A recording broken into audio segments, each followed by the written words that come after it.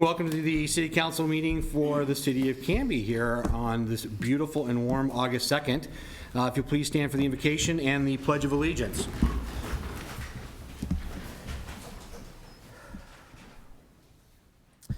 Dear Lord, thank you so much for all of us that are gathered here this evening. Thank you for this great community, the leaders that make up this community and all of its citizens. We thank you for the warm and beautiful weather that we have been having. We ask for guidance and wisdom this evening in our deliberations and our conversations. And we ask that you continue to bless Canby in all the ways that you do. We lift up our first responders and emergency personnel on a day like today. We ask that you keep our elderly and those that are in need on this hot day in your protection and keep them safe. We ask these things in your name. Amen. I pledge allegiance to the flag of the United States of America and to the republic for which it stands, one nation under God, indivisible, with liberty and justice for all. Thank you.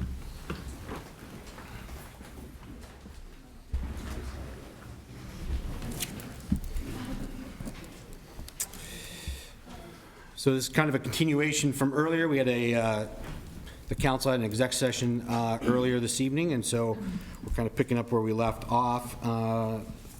First on our agenda this evening is a presentation from the Historic Review Board with project list and update on that.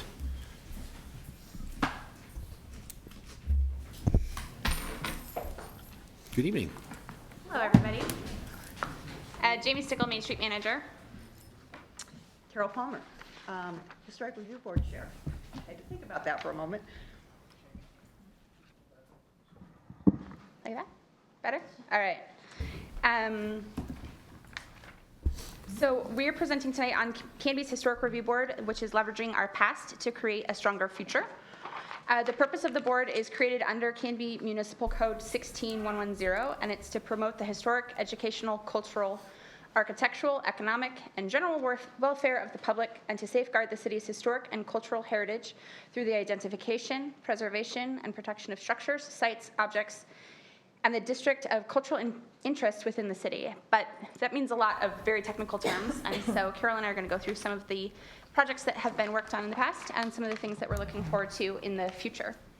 In April of 2016, the Historic Review Board had worked with the Oregon Heritage Tree Program and successfully placed the Lee tree, which is over on Packaged Containers property, on the Oregon Heritage Tree Program. It's only the 68th in the state, I believe, or 64th in the state. And then we had big unveiling. I think a lot of you guys were there. Our Downtown Heritage Trail was launched in 2016, features 10 sites throughout downtown Canby. We had a kickoff in August and then placed the 10 plaques on buildings and at sites throughout our downtown. In the summer of 2016, we were awarded a grant to redo Baker Prairie Cemetery. 26 grave markers were repaired in September, and then a marker cleaning project in October with about, I think, 13 or 14 volunteers throughout the community.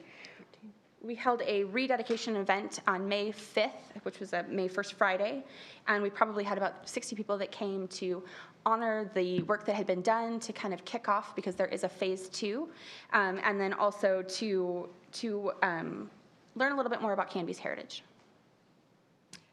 And one other accomplishment that we did that we forgot to put in here was, of course, the nomination and the induction of City Hall into the local registry, so that gives it some protection. So we were really pleased this year. We've gotten 2 more grants. We heard from the Certified Local Government from SHPO that we got that grant in May, and then we got another cemetery grant, yes, in June. So that we wanted both of those badly, and we got everything we asked for.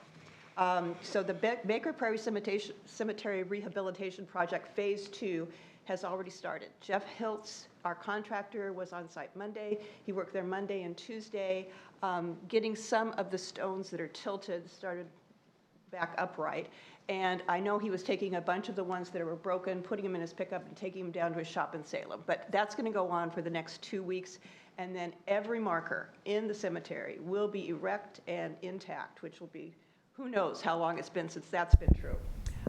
We also found out that the organization called Stop Oregon Litter and Vandalism, which everybody's probably pretty familiar with, this year they're partnering with the Oregon Historic Cemeteries Commission. And so any historic cemetery that's on that list for Oregon can participate in Solve. And what that means for us is that we get to piggyback on all of their publicity, all of their media. We get access to supplies. We get access to things like gloves and anything like that. And plus, we can apply for a small grant to offset some of the cost of some of the cleaning supplies. So we were planning to do a cleaning event at Baker Prairie anyway, and now we're going to be part of the Beach and Riverside Cleanup Program. And I think we got that name only because it's on September 23rd, and that's when everybody's doing Beach and Riverside Cleanup. So we are accepted, and please mark your calendar. We'd love to see as many of you as we can see, and we'll be doing a lot of publicity to try and get as many volunteers as possible. In addition, for this Certified Local Government Grant, we've got several things going on. Right now, in fact, it should be here next week, we took the Heritage Trail brochures we created last year, and we had those translated into Spanish, and also we'd run through our entire supply. So those are now not only on order, they're at the printer, the translated version and the English version, and so we will have a full contingent of what we need in terms of brochures. And those, we should have them by mid-month, I think. We also are developing a Women's Heritage Trail, which is just now in the concept stage.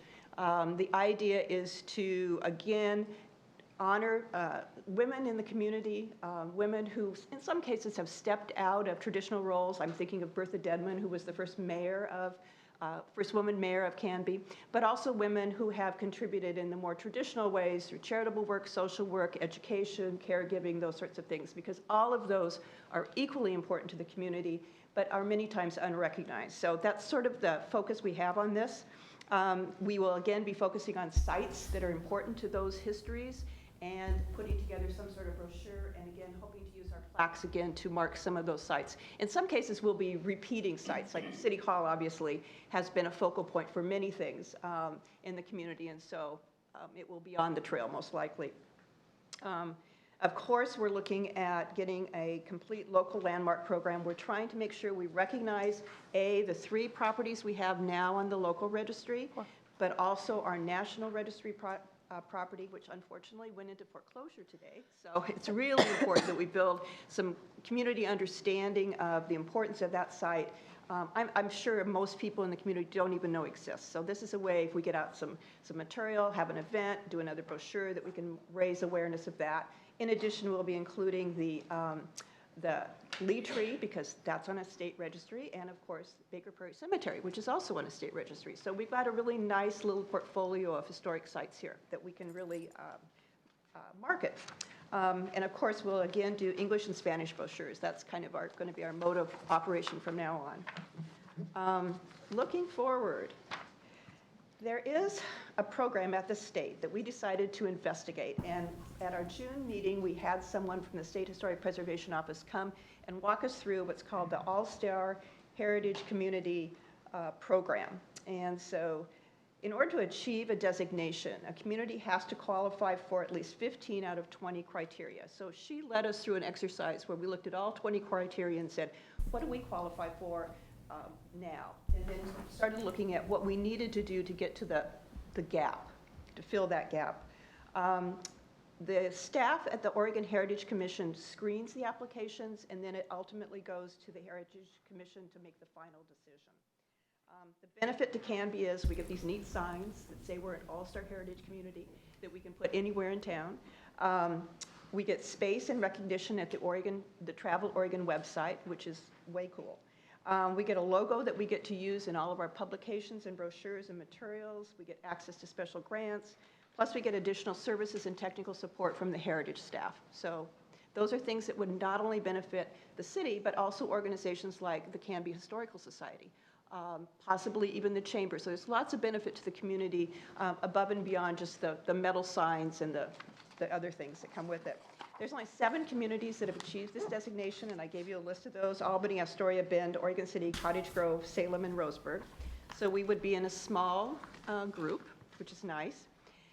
On the next page, we've listed the criteria we've already met, and you can just kind of run through those. I won't hit all of them, but just because we meet this criteria doesn't mean we don't have a little bit of work involved. We actually have to document and provide, publications or information that supports that. So there is some work involved there. But we came up with 10, but we've got 2 that are very, what I'd call low-hanging fruit, and one of them we've already done. We have to have a nonprofit partner, at least one nonprofit that works closely with the city in promoting the community's history, and that, of course, is the Canby Historical Society. So in July, Jamie and I were at their board meeting, and they passed a resolution saying that basically, we're going to continue doing what we do today to support each other, and we'll have a resolution on our agenda, our August agenda, to kind of have a reciprocal agreement. So we actually have a partnership that's documented and said how we're going to behave going forward. The other thing that we think will be fairly easy to do is school programs that support, that are about the local history. And of course, the Canby School District has that curriculum now. We just need to get that documentation, and they're not in session right now. So we should have it sometime this fall. There are some other things that we think we can do that will get us to the magic number of 15. They do require some more work and maybe some funding that we don't have at this time, so we'll have to see what we can do to gather that funding. But one of them I think is really a good one, because it is one that is already being done by the 3 major communities in the Willamette Falls Heritage Area: Lake Oswego, Westland, and Oregon City. And that is having a long-term local business program where you're recognizing businesses that have been in the community under local ownership for 50 years or more. And you can all probably name at least 5 or 6 of those right here in Canby. We've got a really nice group of those businesses, and this is a way to have an ongoing program that recognizes them and maybe inducts newcomers, the ones that cross from the 49 to the 50-year mark, into the program. So I think there's lots of fun things that we can do with that. Probably a natural partner for us is the Chamber of Commerce, maybe even the Canby Herald. I haven't talked to John Baker yet, but that's something that would be worth exploring from a Herald perspective. The other thing that we've got, and we do have some funding for, is a heritage website. Out of our CLG grant, we're going to be able to use some of that funding to do design and development of a heritage website that will be right a part of the city's website. So we're not creating a whole new website, it'll be on that site. We're also going to be working with the Canby Historical Society. They do have a really good, strong photo archive. The question is, does it meet standards? We don't know that yet. So Jamie and I have a meeting with someone from the Heritage Organization, the state organization, in about 3 weeks, and that's an item on the agenda. So what do we need to do to meet this one? Because we really didn't explore that at the meeting. So we will keep you posted on how we keep marching on this, but it would be a really nice thing to achieve. One of the things that's really important to us is our collaborations and partnerships. The Historical Society, obviously, Arts Association Chamber, Bike and Ped Committee. We are also now on the Clackamas County Heritage Council. And if you've not heard of that, it's been around for about 20 years. I think Peggy Sigler, who most of you may know, was one of the original sort of instigators and coordinators of that organization. We pay $20 a year to be a member, but it gets us in contact with all of the other groups who are promoting heritage throughout the Clackamas County area. And it also gives us, we now have at the county level a heritage coordinator, and so we're working with her too. So we've got some really nice things going on, and I think that's really an investment that's worth the $20. And we represent not only the city, but also the Canby Historical Society. That's part of our agreement with them. And of course, the Willamette Falls Heritage Area Coalition. There is an advisory council, and John Serlette, who serves on the Historic Review Board, is going to be taking my position on the advisory council. And as of last month, I am now on the board of directors. So I think that's a partnership that we're going to continue to do everything we can to leverage. So, and of course, the Canby School District and the Canby Public Library. We've worked with both of those organizations and have talked about ways, especially in the programs we've got on the agenda for next year, about how or this year, I guess, about how we can partner with them and not create more work, but leverage what they've got going with what we've got going to just have a stronger program. So, and you have a list on the back of all of our members, and thank you so much. We have a full complement of 7, which is great to have. So myself, John Serlette, Tony Crawford, Pam Judy, Rowena Price, and Brian Masterson and Doug Brooklyn. So we've got a really good representation from the community. Well, Carol, thank you for that. Yeah. You and the Historic Review Board have been busy, and there's no signs of stopping, it looks like, so it's been great. So thank you for all that you're doing, and just the collaboration, too, with the Historical Society. It's definitely paying off in major ways, so thank you. Yeah. Carol is our fearless leader for the Historic Review Board, and has worked diligently in the community to make the collaborations and partnerships, make sure that we have a full board. Most of you, or some of you, were on the council back in the day when we had to get permission to only have 3 members, a minimum of 3 members, because we could hardly get 3 members. And that gave us access to grant funding that kind of put us down this path to where we are today.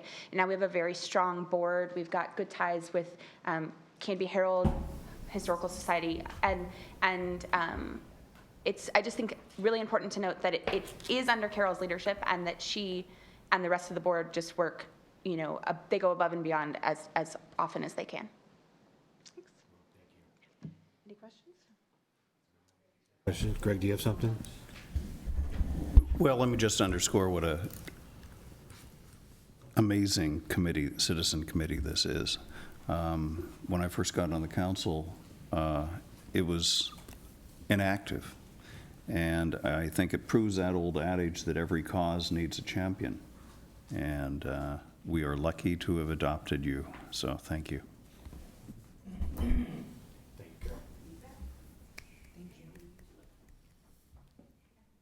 Jamie's next with the Canby Main Street Annual Report. I feel like that Red Bull is kicking in.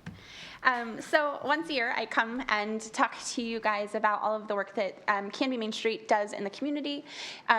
Canby Main Street, I was thinking today with the announcement of the closings of Parsons, and that it's obviously kind of a tough time in our downtown and with some of our businesses at large in the community right now, that the Main Street program is designed by nature to just help support those local businesses, to help bring people into the community, to help the look and the feel. And so it feels even more timely today to be presenting to you.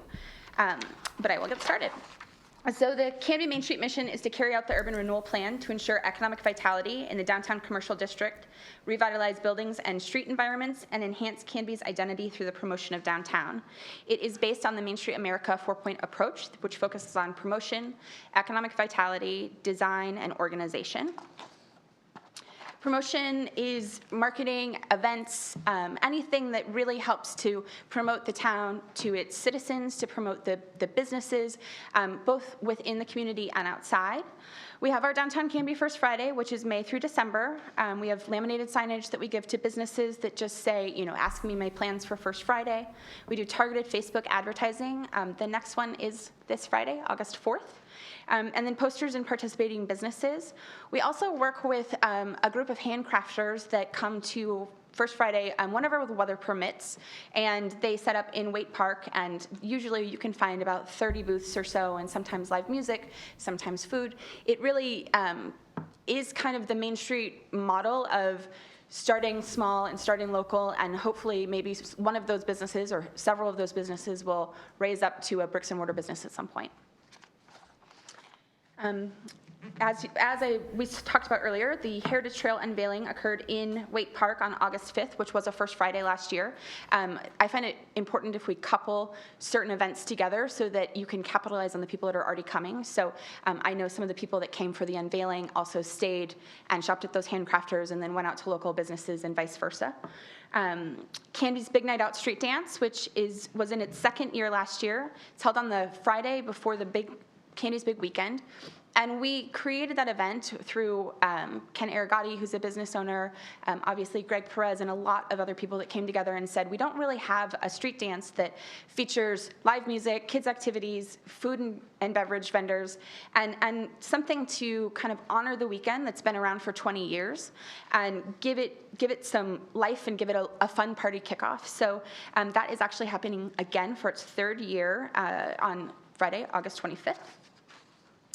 The Downtown Spooktacular Village occurs on Halloween in downtown. Local businesses do tricks and treats, I guess you could say, for children, and it's just a fun, festive event. It's all about the kids, which is something that's really special, and I think, if you get kids involved, they'll bring their parents, and if we get kids involved when they're young, then they're more likely to become more civically minded in the future, which is something that we're always looking for volunteers, and it is one of the best events because it's just all about showcasing them. The mayor leads us in a parade, and they parade down the center of 2nd Avenue. It's wonderful. Light Up the Night was held on December 2nd, which was coupled with our first Friday. It's tree lighting, ground effects in Waite Park. The fire department, the chamber, CDV5, the police department, Public Works, all come together to do different aspects to really make sure that this event is special and exciting. We've added lights on Northwest 1st Avenue, and last year we had the Oregon Trail Pitch Pipers came, and they did our kickoff singing. And then, of course, we have Santa and Mrs. Claus who are available on hand in the gazebo to do photos with children, and they'll stay for as long as we have kids, which is a really special thing, and our Santa and Mrs. Claus are the best in Clackamas County, I'm sure. The Canby Independence Day celebration happened on July 4th in Waite Park. It features parade, street fair, car show, live music, children's activities, the fire department obstacle course, historical society pancake breakfast, and more. We did a kids zone with bouncy houses, game truck, face painting, and I thought with this event that the pictures really speak for themselves. We had more people than definitely had more people than we had last year, but it really is a culmination of a lot of volunteers, a lot of city staff that put in time, and the businesses that come out to help support us or to actually vend for that day. I think we had 15 additional vendors around the park. We had extra band. Some of our Canby's elite played some songs for us, which was wonderful. Then we create marketing materials like updating the visitor and newcomers brochure, website updates, social media updates, weekly e-newsletter that goes out every Thursday, and then a retail recruitment brochure. And that just kind of talks a little bit about what Canby has to offer, the different things that are coming, and can be updated as necessary. Economic vitality is all about recruiting and retaining businesses. So we do targeted outreach, face-to-face business contact, topic-related outreach. So if we had a couple of businesses who said that they had some trouble marketing their business, or maybe even with finances, just finding the ways to connect maybe the Small Business Development Center, or coupling them with someone who could help be a mentor in the community. And then obviously new business outreach as well. Marketing available space. This says downtown Canby has very few openings, and I think that in the last week before this or after this was made, that it might feel a little bit different, but that gives us an opportunity to see what kind of businesses are out there that are looking to come towards Canby. And I think that we're at a turning point in our town, and especially with the new building and with the support for not just the Main Street events, but other events that happen, that there is a lot of support and a lot of excitement out there, and that we just need to figure out who our next people are going to be to fill those spaces that we have. Organization is really working with volunteers, other community organizations. The community partnerships are really important. And so, Carol and the Historic Review Board show a good example of some of those partnerships that we have in the community, but it's working with Downtown Merchants, Chamber of Commerce, the Public Library, other Main Street programs throughout the state.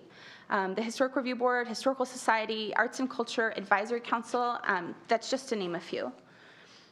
To be part of the Oregon Main Street Network, I attend quarterly meetings that are around the state, and they offer a way for us to share stories, whether good or bad, share ideas. It's all about borrowing and stealing other people's ideas and making it work for your community. So it's a network that I'm really happy that we have.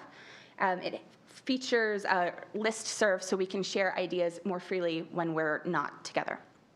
I attended the National Main Street Conference in Pittsburgh, Pennsylvania from May 1st to May 3rd, and it features national speakers that speak on a variety of topics under all 4-point approaches.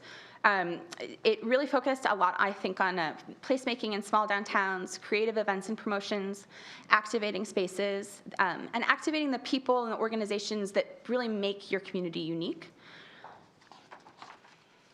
And then the Historic Review Board, we have 7 members with unique backgrounds. Local landmarks oversight is something that's really the focus. So it's all about how do we promote the buildings and the stories that we have currently. And then the grant administration that comes with that, the Certified Local Government Grant and Historic Cemeteries Grant as well. The local register, we added the former City Hall in December, January of last year, and it was constructed in 1937, a Public Works Administration project. It's a building that is important, obviously, to Canby and to Canby's story, but also to the work that was done under that PWA program in the 30s. It was also something that was approved by the Historic Review Board, by the Planning Commission, and City Council, so it was really interesting and great to see it be approved and be such an important project across all of those different boards. Our Certified Local Government Grant was awarded in 2017, which will focus on a local registry project, Women's Heritage Trail, exploring community connections brochure update, intensive level research, which is really the basis for a lot of the work that we've done. It is a deep dive into some of the stories and the buildings that we have at the different sites. And when I first started, I was not aware of what an intensive level survey was, but it is fundamental in the work that we've been able to do and put together ever since. And then board education, which is important. Some people just like history, and that's why they've joined, but that they are not exactly sure about best practices or the different ways that you can promote your community by using heritage tourism, which is a huge tourism effort in Oregon. Our Oregon Historic Cemetery Grant, Phase 1 was awarded in July of 2016, and like you heard, we repaired 28 grave markers, provided training for volunteers, and held the rededication event. Phase 2 was awarded in June, that should say 2017, and it repairs the remaining grave markers and will also do the solve cleanup that you heard about earlier. Our Community Partnership Program grant was awarded in spring of 2017, and it is administered by the Canby Area Chamber of Commerce. It's funds that come through the Mount Hood territories. And this year we were awarded 2 separate grants. The first one was for Canby Independence Day celebration, marketing, and advertising to people 50 miles plus outside of our community. So it is all about tourism. And the nice thing is that it also gives some overlap. So we do targeted Facebook advertising via magazine, which is a AAA magazine, and then 98.7 The Bull, and they're all great partners.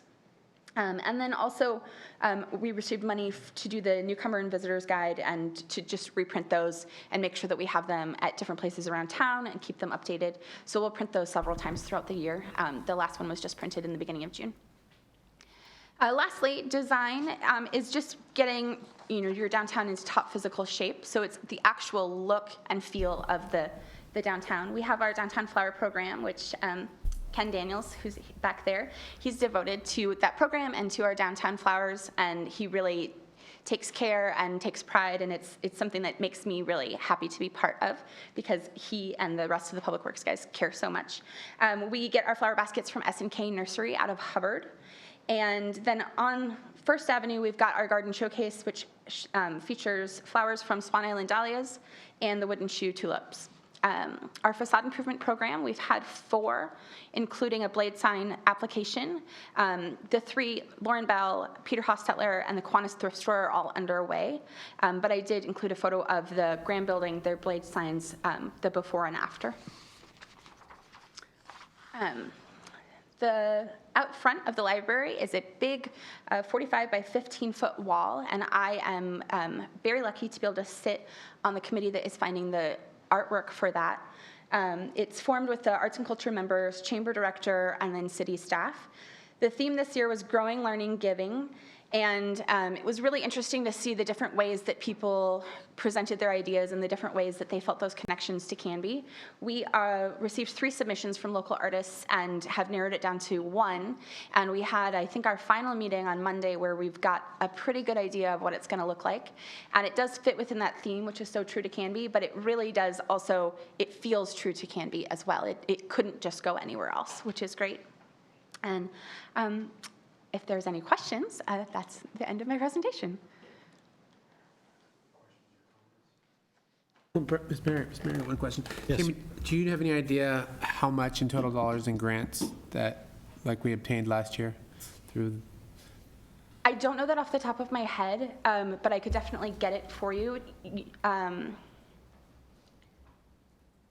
Probably somewhere between 25 and 30,000. Okay, yeah, if you could send that out, that would be really interesting to know. I mean, obviously your position, but raising funds from outside the city is a big bonus and a big plus. I will definitely get that to you tomorrow. When will it be unveiled who the artist is that's going to create the sculpture? A couple weeks? Kathy Ray Smith is, she's a local person who's involved with the Garden Club, and she has, the interesting thing about her is that she focuses on beautification efforts at the Garden Club level. So she worked with the fairgrounds, it's an interesting tie, to get those trees planted and to do the program where for $150 somebody could, honor a family or whatever, and they planted those trees. So that's how I actually originally knew her. And she planted the tulips along Highway 99 and has worked with some other local businesses to try and help them to see how beautification efforts can help their business, and really, if we're going to be the garden spot, how it can set Canby apart.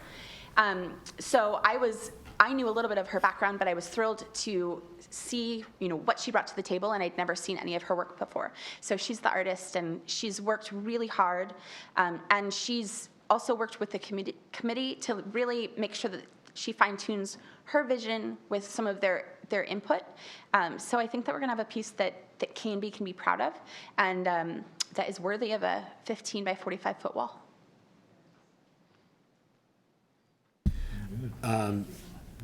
Jamie, thank you for this. First off, it's unusual to have city staff or so much of the city staff here. Who of you worked on the Independence Day celebration? Everybody. Now, I would say a majority of, I think everybody had some input or involvement in it. But thank you all for putting in the time and the effort and the energy into that event, because it was a well-attended event, and thank you. I know that it was a lot of work to get there and get it done, and for having it be our second year and see what we've been able to do with it has been impressive. So thank you all for keeping that event alive and going. I can't say this enough, and I just said it, my boss was out of town for the 4th of July, so she wasn't able to be here, and she wasn't able to see the event itself, but also she wasn't able to see all of the work that went in that day and then leading up to it. And I said to her, and this is not just to make anybody feel good, that I could not have done that event had it not been for the people from the city staff that did the work that they did leading up to it, afterwards, giving me snacks when I seemed a little crazy. Like, all of those things really do come together, but that's one of the things that makes Canby so great, and I'm so happy and proud to feel like I'm part of a team that people give up their 4th of July to come and work, or to, do whatever they need to do to make it happen, and they do it not for me, but for the community, and that's an incredible thing. And it's not just that event, it's a number of events that Yes. we do in our city, so thank you all for that. Jamie, you brought up, unfortunately, new news today about Parsons, and we do have, I think a couple others that unfortunately might be closing doors. What are we doing in terms of economic development, Main Street, and how that, from a recruiting standpoint, like, what are we going after specifically to try to bring into our downtown from a business perspective? So in June of 2016, we completed in my tenure, our second retail market analysis, and it really does help to give a roadblock for businesses that are looking to open here, some of the gaps that we have. I was counting today, I think we have like 7 pizza places, and everybody talks about like, oh, there's, we have 3 Starbucks and all of these things, but what we don't have and what we hear is we really want to have an Italian restaurant, or we really want a sushi restaurant. And so I and Renata both used that document, which is about a 45-page document. It's available on canbybusiness.com, or if anybody's interested, I can send it directly to you, as a roadmap for what we do for targeted outreach. But what I was saying today, actually, is that it's time to kind of dust that off and figure out how we can, especially, maybe in the fall and the winter when some of these events are a little bit quieter, to really take that recruitment side. We're working with Mary Hanlon and her team as well for that building that's coming, but really making a concerted effort. And I think that we've got some good programs. Our facade improvement program, I've worked with, for example, the Holly Mall had approached me, and we work with them, and they haven't come forth yet because, it hasn't been their time, but they might be able to use that as a recruitment tool for updating their business, for then having new business be in those two front, Second Avenue spaces. You mentioned the visit, to the Main Street Conference in Pittsburgh, and I know Councilor Parker attended that as well. And what are the trends that we're seeing in downtowns, and not so much Portland or Salem or Eugene type downtowns, but the Canbys of Oregon or across the country? A couple of things. One is it's all experience driven. People really want to go have an experience. So, if someone is going to spend their money, trends say if they're going to spend their money, they're going to do it for an experience rather than just to go out to dinner. And so, finding those businesses that create an experience and create a reason for people to come back. I think we have a lot of businesses that do that in town, that do it very well. But it's maybe encouraging a business that needs to kind of bump up how they can do that for their own business, and really that targeted, it's not one blank program that can just fit for any business, but targeting businesses and seeing how the ways that we can kind of brainstorm on that. And another one is really, and I think Canby does a good job of this, but placemaking. It's creating an environment that people want to be. And, this plaza is a very good example of creating an environment where people want to be. And when I leave work at night, there might be families out there or kids out there. Run into my coworkers having lunch out there, and it creates a reason for people to want to literally buy into the community, because they've got beautiful things, and the city clearly cares about the public environments. Okay. What, going forward with this year's action plan items for you? Well, obviously right now, the recruitment efforts are going to have to be one of the more important things. I, over the last couple of weeks, have been interviewing for the next Rare AmeriCorps participant, and that program for this round will focus very heavily on tourism. And to some people, tourism might seem like an idea that's out there that might not directly help businesses, but when you go to a different community, whether that's for a meeting or for a weekend, or for one of the great experiences that they already have, like an event, that is a direct tie between tourism and the businesses. And so how do we get better about creating that tie? And how do we get better about making that experience so if someone comes for the Clackamas County Fair, that they are staying and they're spending money, not just with the Clackamas County Fair, but maybe they stay for the weekend, or maybe they come back because they had a great time at the Junk Refunk. So making those connections a little bit more, I think, are going to be some of the main things that we focus on in the next year. Jamie, what can we do as a council to help or support you? I think that when we're focusing and we're looking towards recruitment and how we can help our businesses, that it doesn't just take one program or one person or city officials. It's every single person in our community has a hand in the businesses that are here.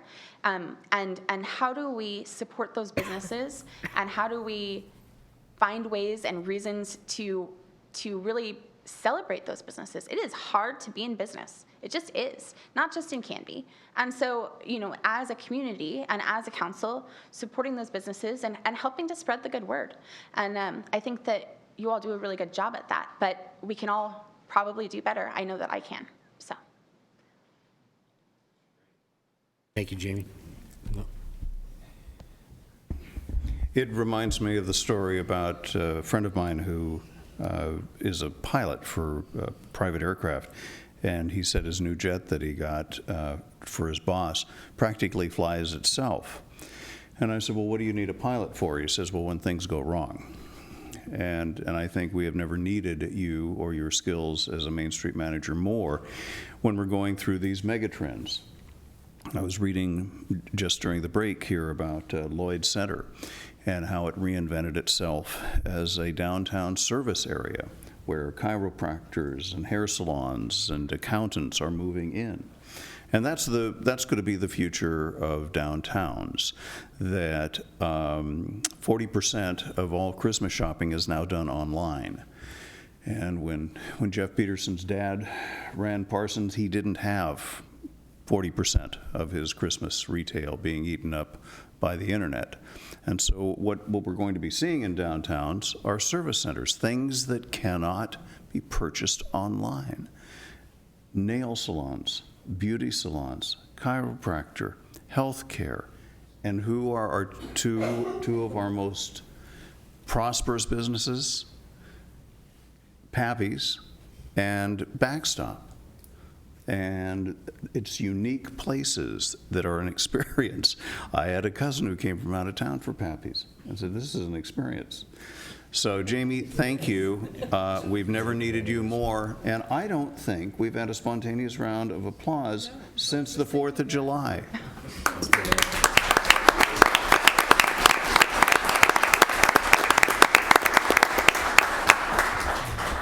Anything else? Nope, I think All we're right. good. Thank you. Thanks, Jamie. Thank you. Next on the agenda, communications. Nothing right now. Nothing right now. Moving to our first opportunity this evening for citizen input and community announcement. So an opportunity for audience members to address the city council on non-agenda items. If you so desire to address us and opine, please fill out one of these fancy yellow cards and bring it over to Kim, our city recorder, and we'll queue you up for that. So each person that comes up, you have 3 minutes to share your thoughts with us, and we will take it in, ponder it, and figure out what types of actions need to be addressed on that. So first up, Carol Palmer, again for Stuart. No? Okay. Easy enough. There we go. Mr. Galitz talking about handicap spot on 2nd Avenue. Hi, Keith. How are you? Good. Thank you, Mayor. Yes, sir. I believe I've now emailed you twice regarding a parking spot that's handicap marked. It's supposed to be handicap accessible, right directly on 2nd Avenue, directly in front of Integrated Eye Care and Hartwell Chiropractic. My wife has multiple sclerosis. She's only able to get around using a walker, and on several days a week or month, she has to use a wheelchair. That handicap parking spot is not ADA qualified. It's right next to a curb, right next to a tree. She cannot get out of the passenger side door and into a walker or a wheelchair. There's no ramp there. I've asked you twice now to take a look at that, have city maintenance take a look at it. I believe it's a violation of ADA, and it certainly is not handicap accessible. And I've thought, well, you could move it to the end of the block. I don't care, but it is not a handicap accessible parking spot. If you open that door on the right-hand side, there's a curb and a tree directly there. You cannot step out and into a walker or into a wheelchair. And I'd like the city council to directly look at it and immediately, if not sooner, correct the problem. Well, thank you, and I'm sorry if I missed your last email that you sent, so I apologize for that. Rick and I will address and meet and figure out what we can do to get that changed, because I agree with you. It's not conducive where it's at. It is not only not conducive, it's not handicap accessible. We will make the necessary change. Thank you very much. We will get with that. Thank you, Keith.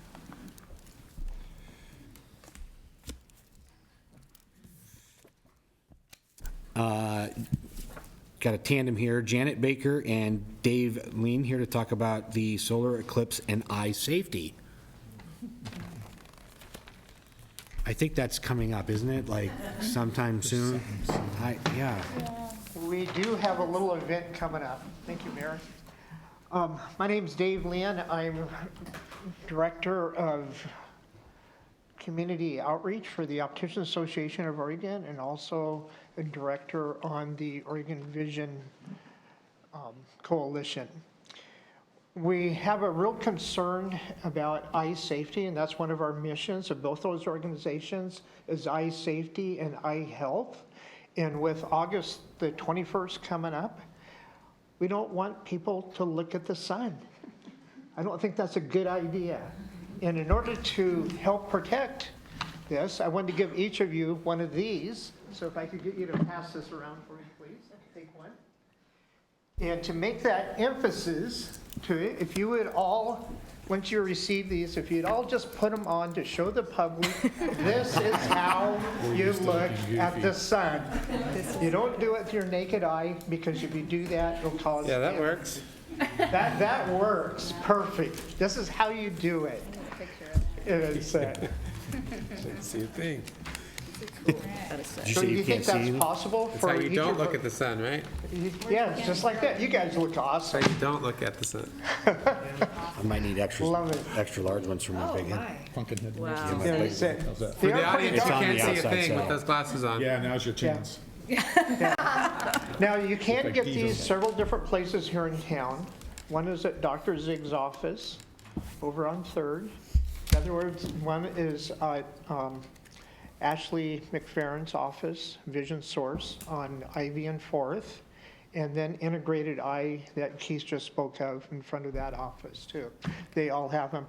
And I also noticed that Cutsford's has a table just, you came out of the check-in, you probably have all been there and seen that, which is a way that you can get these too for the community. And then Janet is with me, Janet Baker, and I'll let her say her piece. Thank you, Dave. Can you move the microphone towards you? The TV crew gets mad at me if I don't have you speaking into the understand. microphone. Thank you.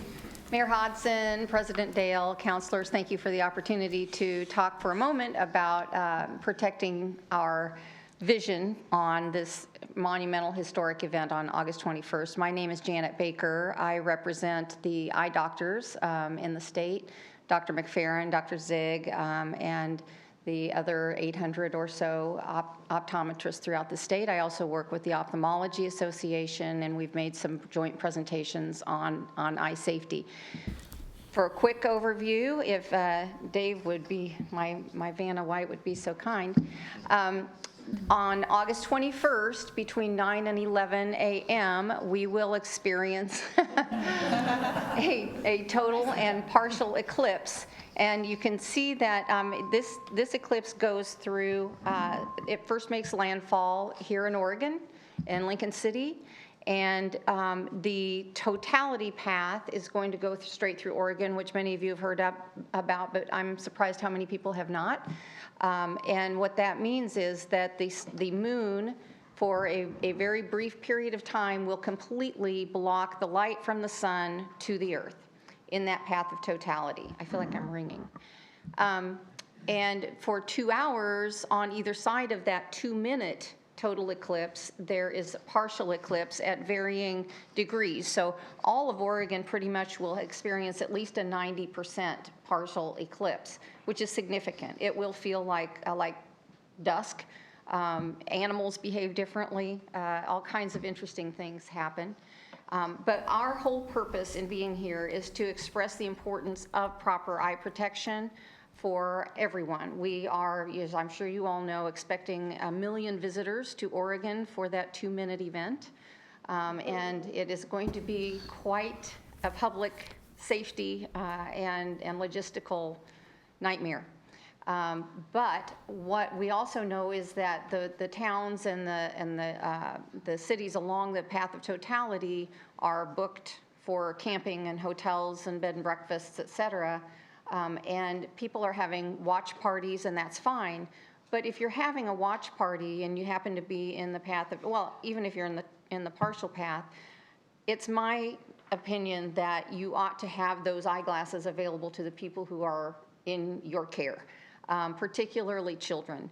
The way I express it is that no more than going outside during the heat of the day and looking straight up at the sun can you do so on August 21st. It's still the sun.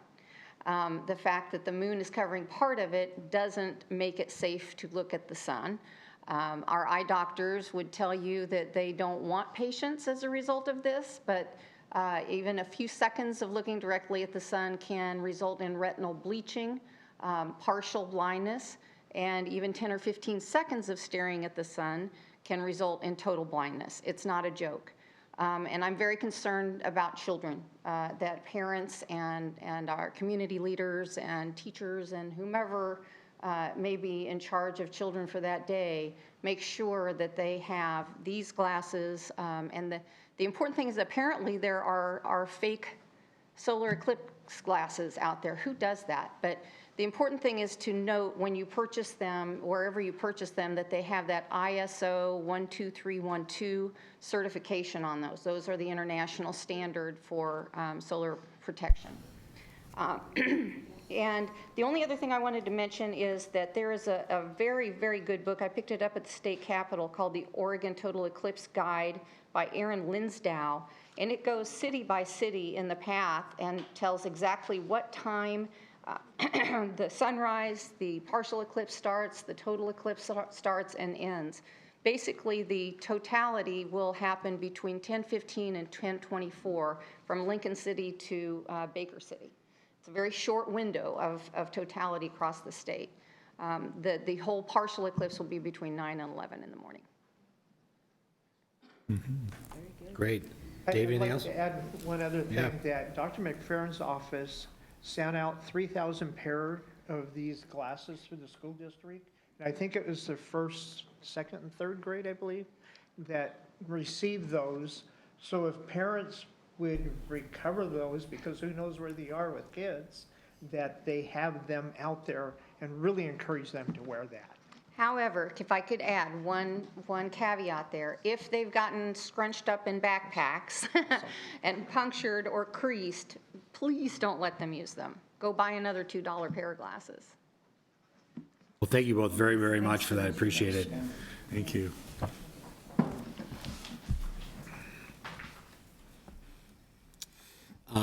Laney Faust, contract negotiation, public comment.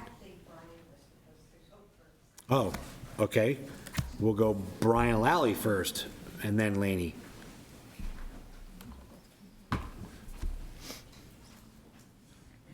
Brian, how are you? Very well, thank you. Mr. Mayor, City Council members, good evening. My name is Brian Lally, and I'm the interim union representative for AFSCME Local 350-6, which represents the employees of the City of Canby. As you are aware, the union and the city have been engaged in contract bargaining and reached a tentative agreement recently, which the membership voted not to ratify. With me tonight are the employees of the City of Canby. Many of them are residents of the city. They are part of the community they serve, and they are your constituents. They are here because they believe the tentative agreement does not reflect the fair treatment that they have come to expect from city management. For example, during negotiations, the management team went after the employees' bereavement leave. They restricted bumping rights, meaning the more experienced and knowledgeable employees will be less likely to survive layoffs. These are just a couple examples of the kinds of things that turned employees against the tentative agreement. We're not here to pick a fight.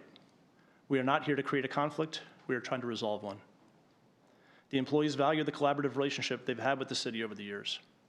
Working together, management and staff have provided excellent service to the people of Canby. We want that spirit of collaboration to continue, but the city's position in bargaining does not reflect that spirit. We are not asking for the moon. We understand that healthcare costs continue to rise and that change is necessary. It is more a question of how expensive those changes have to be and how they are phased in.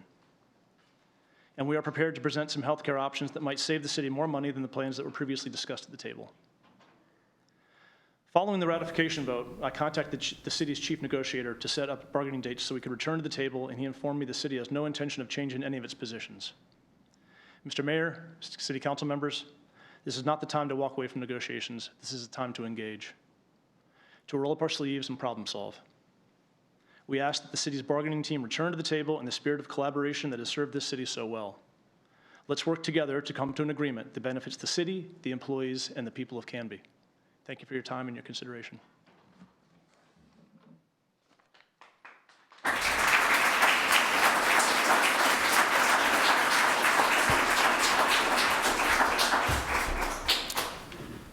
Laney?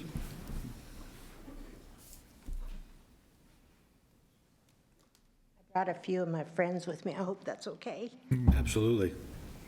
Actually, I'll keep it short and sweet, Mayor. You know how you always like to tease me and say, well, Laney runs the city. Truthfully, all these folks behind me that are here run the city. And I just want you to honor them. Thank you. Thank you, Laney.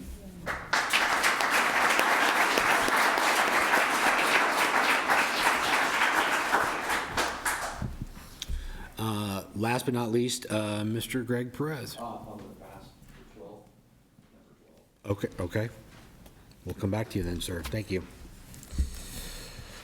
We'll move into mayor's business. Whole slew of stuff here, so I'll go quickly. If you get an opportunity, and maybe Councilor Height, I know this is generally your wheelhouse, so if you want to expand on it later, please feel free. In the library, we've got, if you please go in and pay a visit.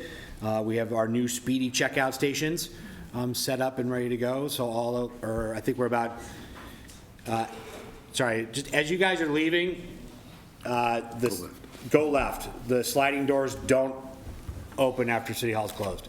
There we go. Thank you. So from Irene, I think we're at about a 98%, 96% chance RFID tagging completion, and so it's great. You can take your whole stack of books, put it on the checkout, it'll scan them all in.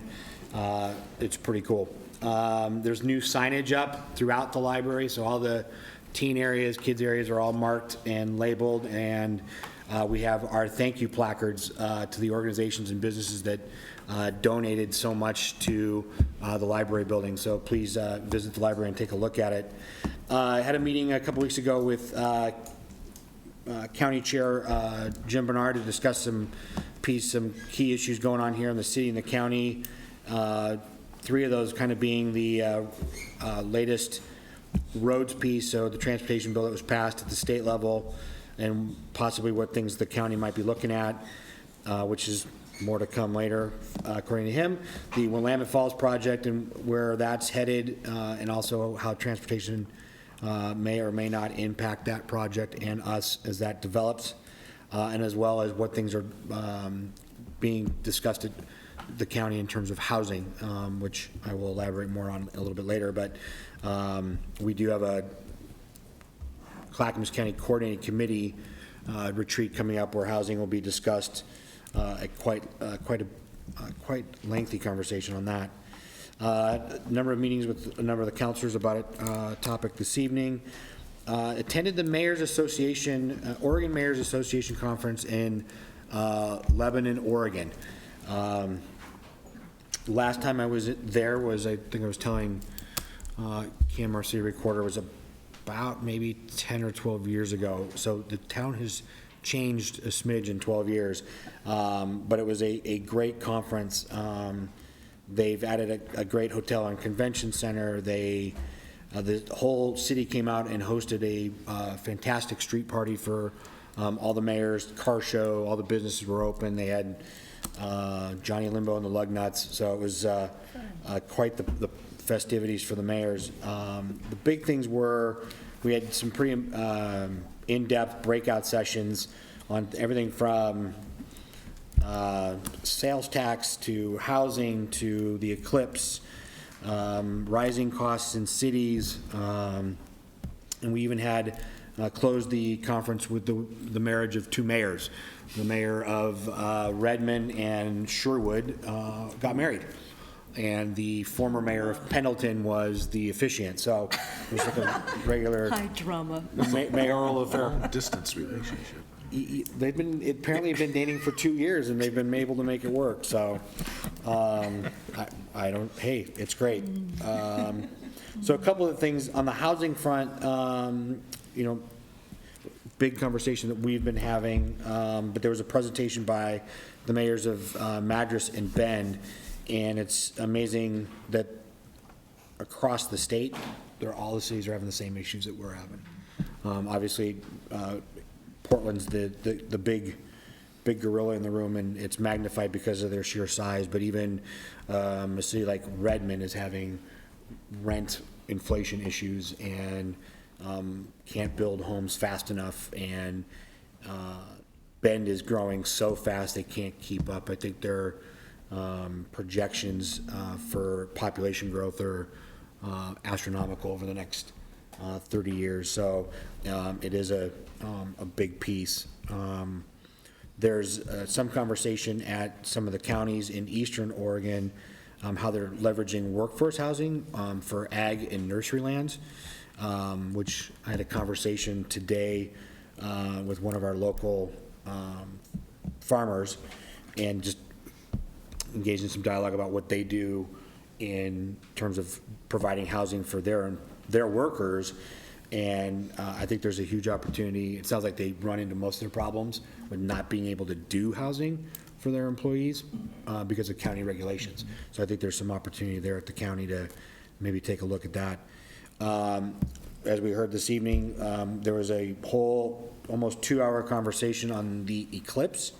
So there's a presentation by Marion County and Deschutes County Sheriff staff and emergency service staff. Like we heard tonight, they're expecting almost 1 million people into the state for the eclipse to be in that, really right along that path, and it goes right through the Redmond area.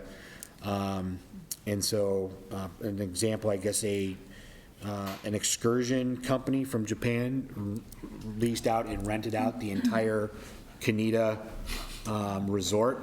And apparently it culturally in Japan and Southeast Asia, the eclipse is a big deal. And so they're literally chartering flights to Oregon, and they're expecting just an incredible influx of people traveling from the Far East.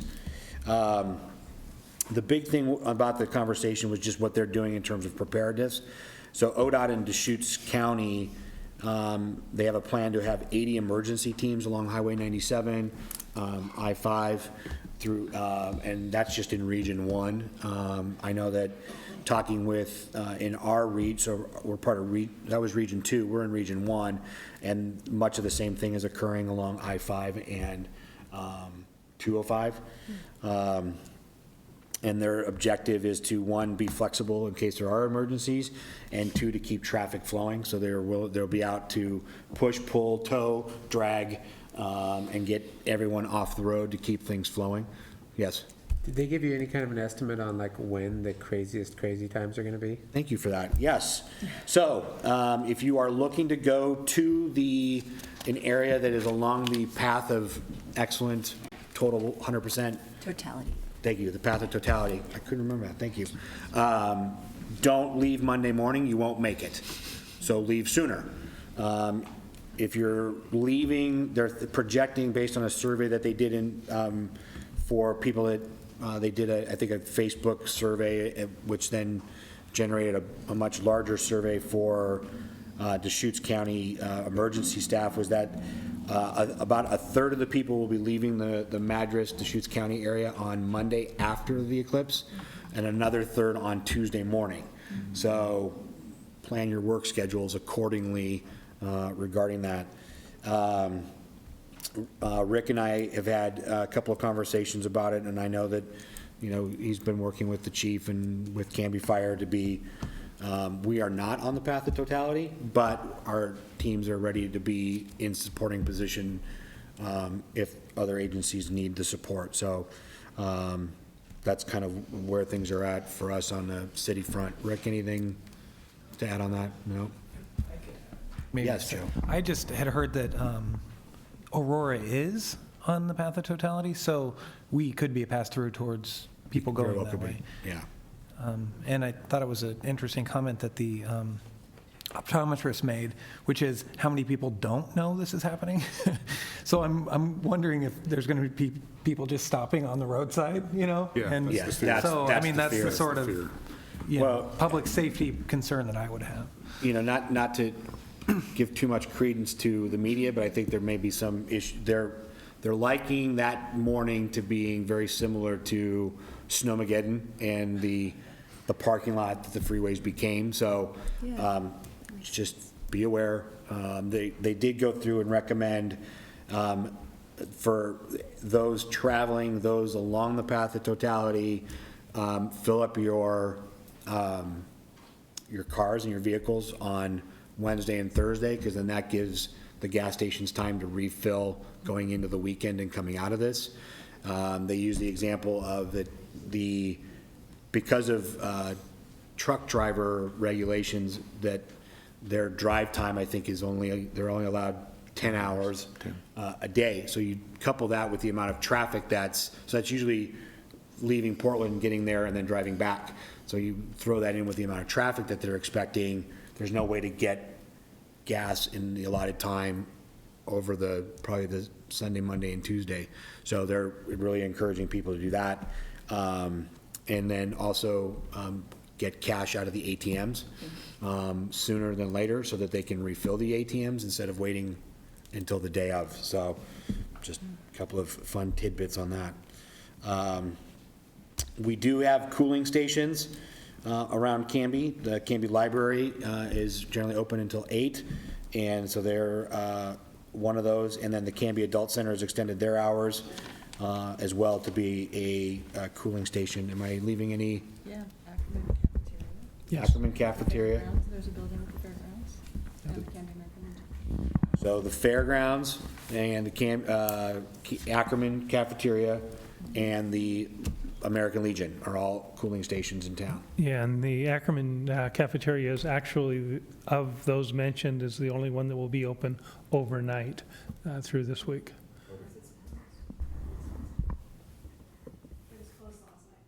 So tonight it's... Beginning tonight. Beginning tonight is going to be... They were not going to start last night because it was a cooler night, but tonight through Thursday night, and then they'll determine on Friday. Great. I want to thank the Canby Rotary Club for the 3-on-3 tournament that occurred this past weekend here downtown. According to my wife and son who participated, it was a great event, and there was a lot of people sweltering playing basketball. And coming up, we heard Jamie talk about it, is Canby's Big Night Out and Canby's Big Weekend. Canby's Big Night is August 25th. So come on down and listen to some live music, have some great food. And then on the 26th starts the big weekend with the Dahlia's Farm is open. There's a quilt show, car show, and just a whole lot of things going on. And then on Sunday, the Dahlia's will be open and going. So that concludes my report. And we're actually going to start down with Councilor Spoon for liaison reports. Mix it up. I wasn't ready. I know, curveball. I usually just get to watch everyone else for a while first. Coming up is the Bridging Cultures annual beach trip on August 12th, which is a pretty spectacular event. Some people, especially the children, have never been to the beach, and it's really neat as an opportunity to bridge cultures and spend a day together. So that's coming up. CTV5 is still looking for shows, same report as every month. And then really I only have one other thing because July 4th is passed, and that's that I owe my husband dinner because tonight's our anniversary. Thank you for spending it here with me. Happy anniversary. Spontaneous. Not too upset about it. That's it, light report. Thank you, Sarah. All right. I'll just jump in, Mr. Yes, Mayor. please do. Okay, good. So with the library, thanks for that update. I haven't actually seen those checkouts, although my children did, and they said, Mom, they're kind of weird. So I'm going to have to check out the weirdness. It'll be a transition, like you put the whole pile up and they're checked out. It's exciting and efficient, albeit maybe weird. So that's exciting. The summer reading program ends August 11th, so turn in your forms, your reading cards, adults, teens, and kids. And the last big show for the kids is this Friday. It's Reptile Man, who brings out like 100 or 200 kids at Waite Park. The man makes the rounds, like apparently he lives in northern Washington, my sister-in-law said, but he comes down and brings his reptiles to all, parts of the region, and the kids love it. So August 4th at 11 a.m. will be Reptile Man. My family and I attended family evening last Thursday. It was a ventriloquist. And so there's just all kinds of fun shows. And there was a parrot that actually flirted with my middle daughter. You know, they asked for kids to come up. And yeah, the parrot. So anyway, she'll heal. No, I'm just kidding. It was fun. It was fun to see the ventriloquist. Yeah, so that's kind of it for the library. The school, the offices opened on August 1st, which is yesterday, so they're kind of, you know, administration's getting back in the groove slowly. Of course, school doesn't start till after Labor Day. Canby Area Transit, you know, I got this great handout that maybe I should have Kim photocopy for all of us if you guys haven't seen it. Julie Whaling, the transit director. It's a nice summary of the transportation bill. It's so reader-friendly, I love it. So, Kim, would you do that? Can I hand this to you at the end of the meeting and actually send out copies? Or I guess we could scan it. But anyways, it's really helpful. I know, Mayor, you've been giving us updates about it, but it's like this really concise, who is going to benefit from the package public transit, which we talked about, bike and ped, electric vehicles, roadside rest areas. It's just really great. But the upshot is that public transit is kind of going to have more sustainable, substantial funding through the statewide payroll tax, which was actually news to me, so I learned quite a bit at this meeting. So it's 1/10% of wages deducted by your employer, and that's for all workers. So that's a lot of that is going towards public transit, so we will be in better shape if everything pans out. We'll see. That remains to be seen, but in theory, it should be great for transit, so wanted to share that. Yeah. And let's see, what else? Oh, the 99E bridge repair. I suddenly drove over it the other day and like, hallelujah, it's done. So yay, I'm excited about that. Wanted to share that. Glad that happened. And then the Kitty Caper Parade and, you know, the fair's coming up, and I just wanted to let everybody know that Tuesday, I think the 15th is day one, so gear up, Canby. It'll be a fun week. That's all I've got. Great, thank you. Mr. Mayor, CUB has not met since our previous council meeting, so no report from them this week. I was pleased to represent the Urban Renewal Agency today at the groundbreaking, shovel-breaking Premier Gear at their new Sequoia property. As most of you know, we've been following that for a long time, and it was very exciting to meet the owners, and they are even more excited than we are. They're absolutely thrilled to be coming to Canby and gave us all sorts of really great reasons why they're thrilled to be coming here. But yeah, we 101 degrees, but as Rick said, it wasn't bad in the breeze under the lone shade tree out there. And they did the shovel turning, and we took some pictures. I can send those out to the council and agency soon.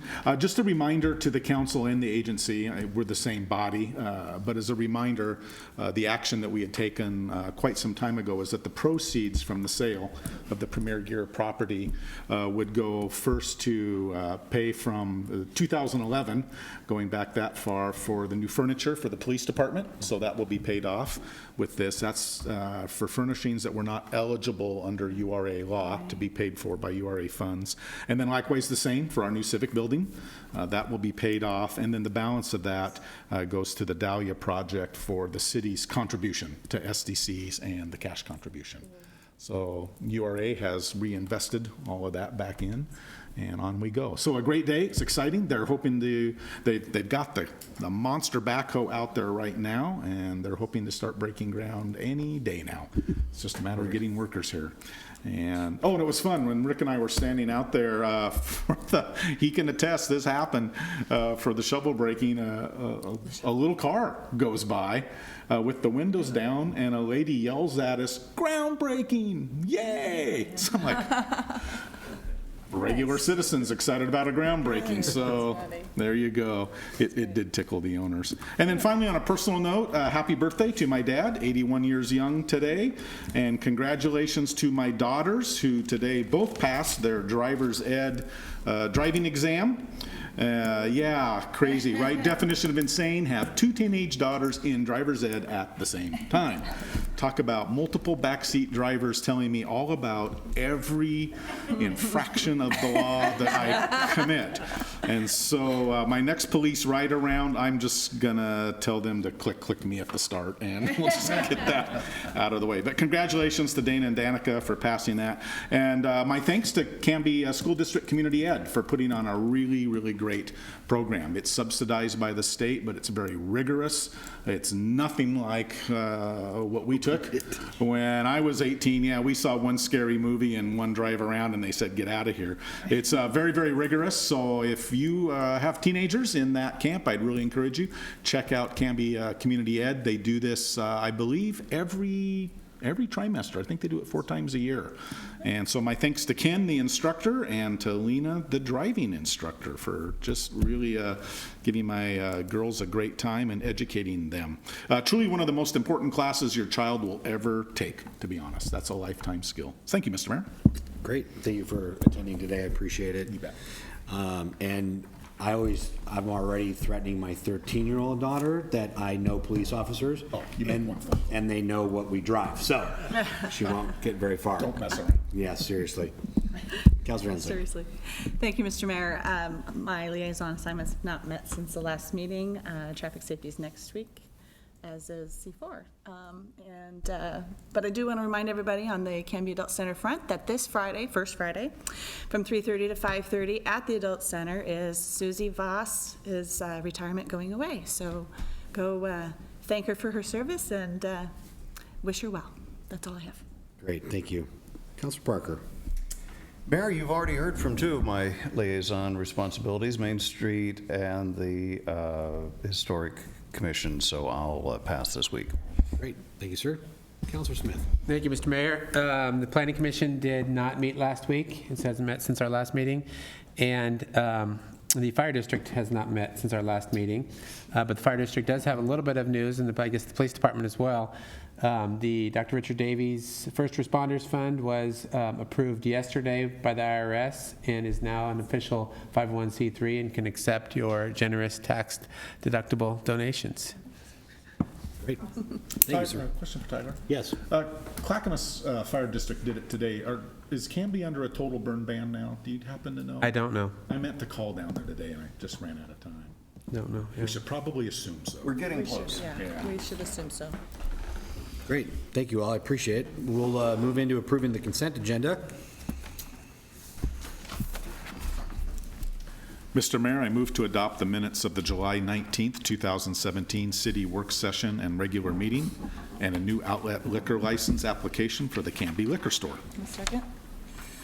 Motion has been made by Council President Dale and seconded by Councilor Hensley to approve the consent agenda, which include the adoption of the minutes of the July 19th, 2017 City Work Session and regular meeting and a new outlet liquor license application for the Canby Liquor Store. All those in favor? Aye. Anyone opposed? That carries 6-0. Rick, there was a question before the beginning of the meeting this evening about the liquor license piece. And so, and I assumed I knew the answer, but I just wanted to verify. So they've been open and operating. They've been doing that without an approved liquor license, or how does that work for them? It's because they're now selling beer and wine. Oh, so this is an added, It's an Open and operating, expanded not license. selling alcohol. There we go. Now we both know. Perfect. Because I guess if they were just moving, it would have just carried over with them, so, okay. Because they're run by the state, so, yeah. Perfect. State-run liquor, interesting. No, I'm just kidding. All right, we'll move into resolutions and ordinances. Kim? The first item we have is ordinance 1462. This is before you for second reading. This is authorizing an amended contract with Kin Technology, Inc. to continue to provide computer technical services for the city of Canby and declaring an emergency. Great, thank you, Kim. And as Kim had indicated, this is a second reading. Kin Technology Incorporated is a long-term vendor with the city of Canby, has been providing IT services for us for a number of years. We did seek proposals for this service for the upcoming fiscal year, and Kin Tech remains the best price we could get. Wonderful, and they do a great job. They do. Perfect. Any other questions or clarifying comments for city staff at this point? No, Mr. Mayor, I move we adopt ordinance number 1462, an ordinance authorizing the City of Canby to enter into an amended contract with Kin Technology Incorporated to continue to provide computer technical services for the city and declaring an emergency. Thank you. Motion has been made by Councilor Hensley and seconded by Councilor Spoon to approve ordinance number 1462, an ordinance authorizing the City of Canby to enter into an amended contract with Kin Technology, Inc. to continue to provide computer technical services for the city and declaring an emergency. Roll call vote. Counselor Smith? Aye. Counselor Parker? Aye. Counselor Hensley? Aye. Counselor Dale? Aye. Counselor Height? Aye. Counselor Spoon? Aye. Motion passes 6-0. Thank you. Next on the agenda this evening is some new business. Recommendation from the Parks and Recreation Advisory Board regarding park maintenance funding. I believe we have Matilda Dees here for a staff report on that. I am glad it's cool. Matilda? Hey, everybody. Well, as you all know, the Parks and Rec Advisory Board has been working on a solution to park funding for park maintenance. For the past 3 years, we have not really been able to fully maintain our parks, and park staff has been deferring maintenance on parks and other landscaping around the community for the city that they take care of. So the Park and Rec Advisory Board has really made a big effort to step up and try to help craft a recommendation that they can fully support to the council. To that end, they worked with staff to mail 2 different surveys. First one was a more general survey about what people think about parks, what our community thinks about our parks, and are they happy with the level of maintenance that we currently have. And then there was a follow-up survey that was more specifically geared to what types of funding they might support for park maintenance, if they do in fact support additional funds for park maintenance. Part of the reason our park maintenance funding has been such a challenge is that our general fund has obligations that make it not able to increase any level of funding. So as we grow our parks, as the city grows, and unfortunately, I know some people are unhappy with the fact that the city grows, but I don't see us being able to stop growth. So as we grow, in order for us to be able to maintain and bring new parks into our community to especially serve the new growth, we haven't been able to match that increase in our general fund allocation. So as many other communities throughout the United States and Oregon, there are only so many ways to fund park maintenance. The Park and Rec Advisory Board, working with staff, looked at a lot of options, and we looked at what other communities do to resolve these issues, and there were several suggestions from the surveys. I can tell you that volunteerism can be strong, and a lot of the survey respondents said, why aren't we using volunteers? Well, we do. We have a very strong volunteer community, as evidenced by our Main Street program and all of our funds, and we have a lot of volunteers that do participate, but volunteers generally don't do well on the day-to-day maintenance. They're more of a special occasion maintenance, and they're valuable and we love them, but we don't see that as sort of a long-term feasible solution to maintain our parks. So the other thing was fees. Charge people, rental fees, charge them for something. Well, we don't really have a lot of opportunities for that because we don't have much to charge them for. We have the gazebo. It's really difficult for us to ever have enough money to really charge them. We aren't set up for renting boats or recreational services. So although that is maybe a future option. Don't see that as being much of an option now. The option that was probably very popular that we see as a long-term option is a park district, a special district for parks. And as you may or may not be aware, and probably you're aware, there is an existing unfunded district called Canby Area Parks and Rec District that has not been successful in getting funding for tax base, and it's a huge district, size of the school district. We don't see that as probably being a viable option at all, actually. They just don't seem to be able to move forward with anything over the last 20-some years. So we do think that park districts do well for maintaining parks, and there are about 14 districts in Oregon from north, south, east, and west, and they are probably the most stable and successful park systems. We know, like Tualatin Hills Parks and Rec, the one everybody here is familiar with, the Chehalem Parks and Rec, Bend, Willamette Lane, they do really well because they're tax-based. So for the long term, we think in the recommendation from the park, as you see in their report, recommendation memo, a park district is really a viable long-term solution for the city of Canby, but that takes usually 1 to 2 years of marketing, running out to the community, and really actually educating everybody as to what that means, developing a program for how the funds will be managed and spent. And so it's a very, but as a long-term strategy, that is a good one. But for the near term, the next few years, there are not a lot of choices. There's levies and there's park maintenance fees. And it looks like the communities that don't have districts, or many of them, are going to a park maintenance fee similar to our street maintenance fee. The reason that we think that's a good option, some of the reasons we think that's a good option, is because it's immediate. It can happen now and take care of the immediate opportunity that we have, and allow us to bring the parks that we are pending, that have been waiting to get built. We can immediately move forward with those because we do have funds to construct parks, because we have a very strong SDC, Park System Development Fund,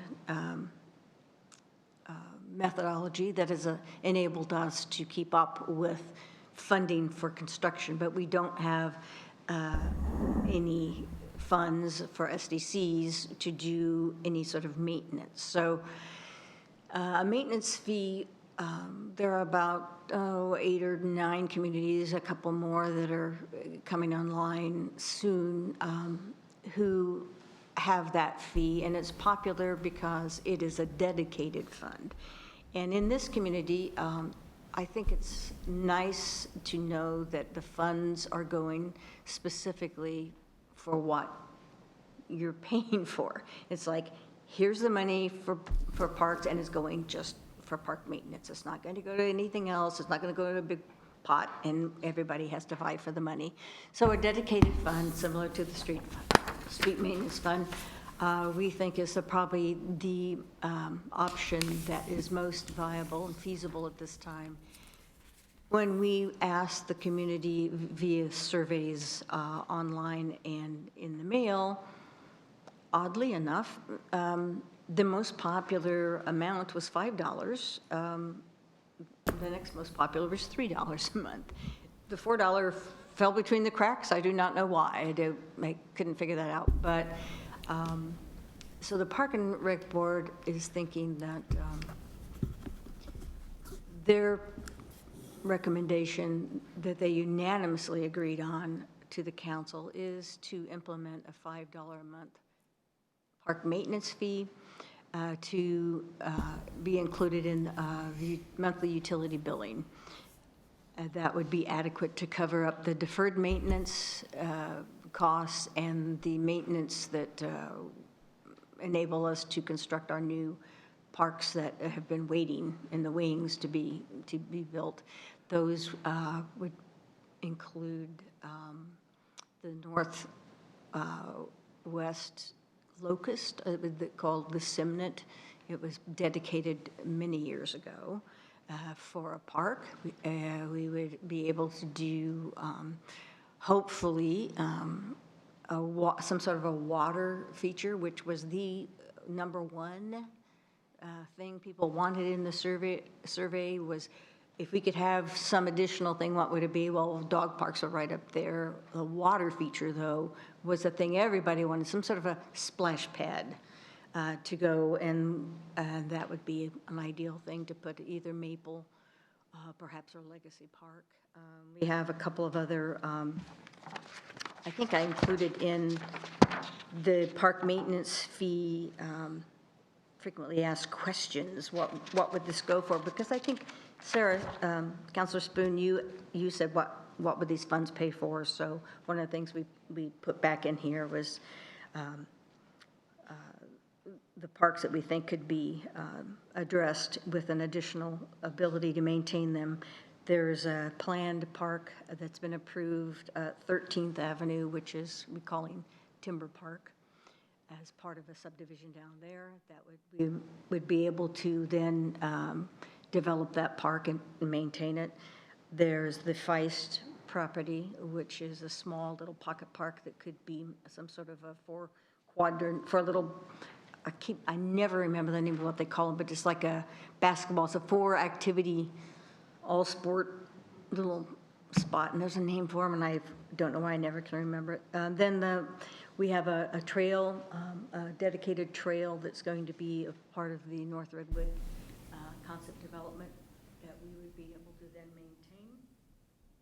And as I mentioned, this so we're asking, I personally hope that the council shares the community values for parks as a part of the fabric of the community, and that they bring both an economic benefit to the community by attracting businesses who relocate or locate here because of the quality of the Parks and Recreation services. There's a lot of documentation and studies that validate those statements. They bring tourism, and that in turn brings dollars into your community as people who come to your town to do activities or visit your special water park or whatever it is you have in your community. Then they go out about in your community and spread the dollars throughout the community.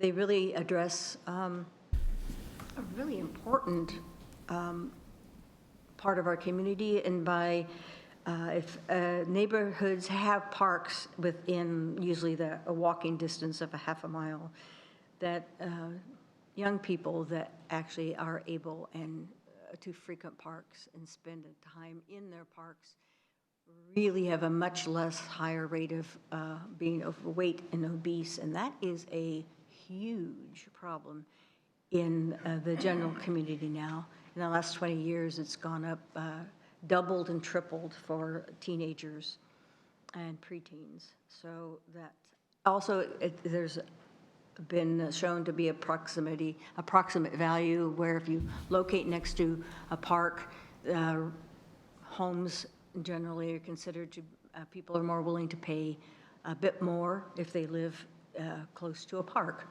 So that it's arguable about how much but there is agreement that there is a benefit in property values.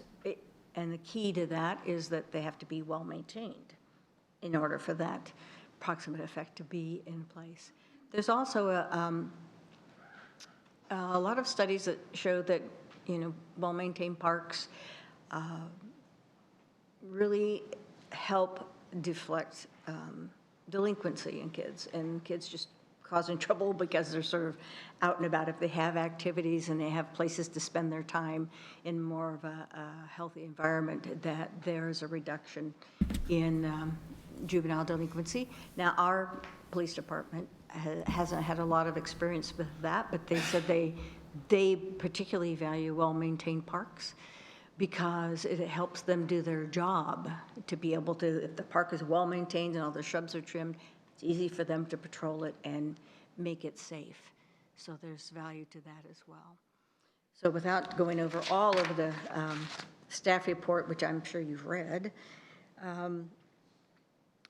we really hope that you will see it yourself clear to bring this to a public hearing on the 16th of August. So we're a little bit short of our Park and Recreation Advisory Board members. We have 2 members here tonight.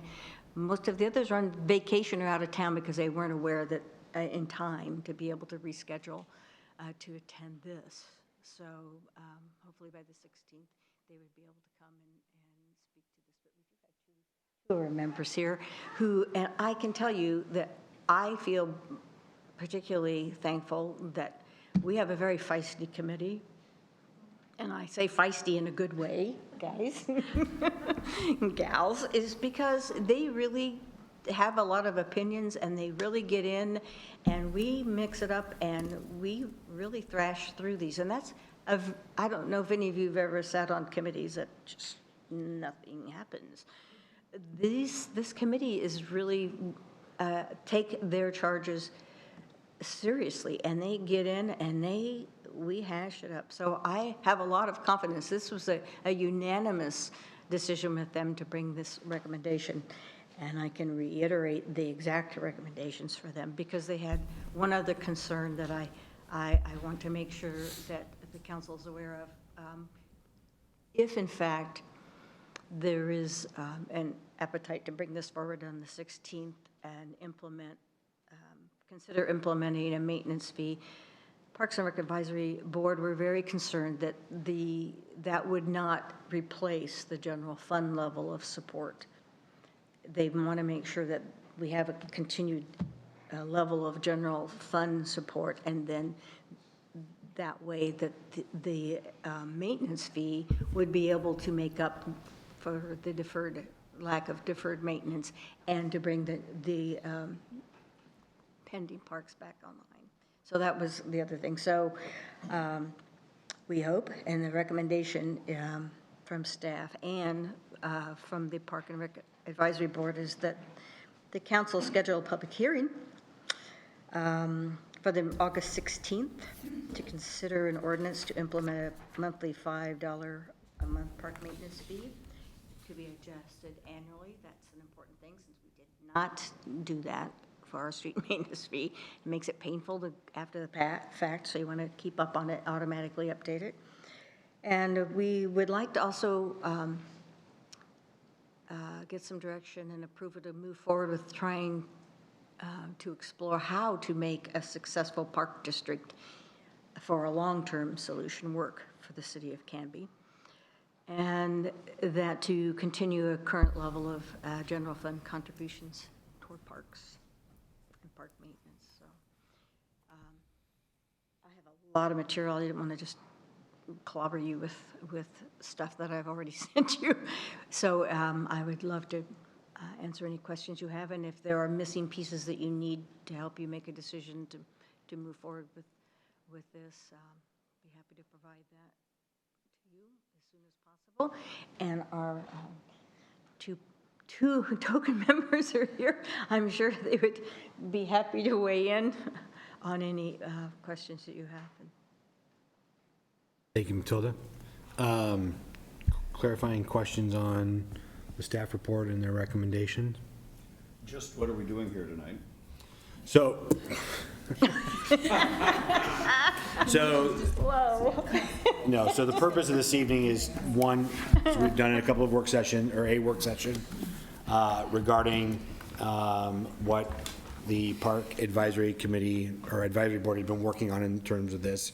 So it's been brought to us to hear their recommendation and either to accept their recommendation and then moving into the next piece of a public hearing as they've asked to whether to decide what we want to do as a council in terms of a park maintenance fee, and that being either to us to decide, stay the current course of the deferred maintenance process that we've been going, put it to have the council decide to implement the $5 fee or to make the decision to put it out to the voters, and then have the voters decide if that's something that they want to support and incur.